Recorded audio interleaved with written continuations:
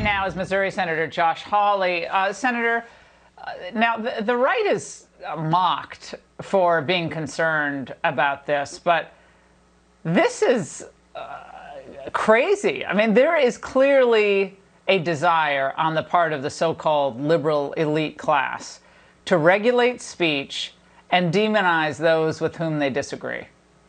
Well, and they have the ability to do it now, Laura. I mean, you look at our country, we don't have the regulatory body that they have in the UK, but we have big tech. And it's the same thing. I mean, big tech is in league with the liberals, with the Democrats. It's the big tech, big government alliance. And big tech basically does whatever the liberals want. I mean, in some ways, it's even more efficient because it's the private sector. But you see tech bending to the will of their liberal masters in Washington. You see them, heck, they censored the sitting president of the United States just a few weeks ago. So that is, and Donald Trump, that is. So that is what tech is doing, and they're doing everything that the UK regulatory authority is. I mean, this new age of censorship is upon us.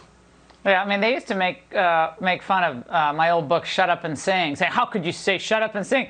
But they're literally canceling the former president of the United States on one of the biggest social media platforms in the world. I mean, we forget about that. I mean, they might not like him, but the fact that the former president still cannot post on Twitter, it's shameful. And he was the sitting president at the time. I mean, at the time, Twitter, Facebook, Instagram, all these platforms, the sitting president of the United States, and as you say, Laura, they've extended their ban, and they've done that to many other conservatives, whether they're throttling down the circulation of their posts or their stories, news stories for journalists. They did it to the New York Post, of course, or whether just outright deplatforming them. And this goes back to the left loves the big corporations. The left loves big tech. They love this corporate power. They love it because they can control it. This is the big story of our time, is that the left and the big corporate power are in league together, and that's how they intend to basically exert social control over the country. And this is why conservatives have to stand up and say, whoa, whoa, whoa, whoa.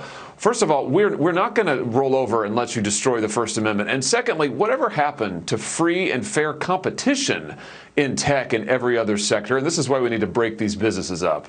Yeah, well, it should have been done when the Republicans had the House and the Senate, but they were all married to big tech as well, or hoping to be. Senator, today you wrote a letter to President Biden saying in part that there's a crisis on the southern borders, full-blown emergency. I urge you to immediately send Department of DHS Secretary Alejandro Mayorkas to Congress to testify to the Senate Homeland Security Governmental Affairs Committee. Senator, what do you expect to get from him? I mean, he's obviously in agreement that this is an evolving situation. It's a challenge, but it's not a crisis. Yeah, we can't use that word crisis. Meanwhile, we've got the border encounters. That's what the Border Patrol calls when they apprehend somebody at the border. It triple this month, Laura, than it was a year ago this time. Triple.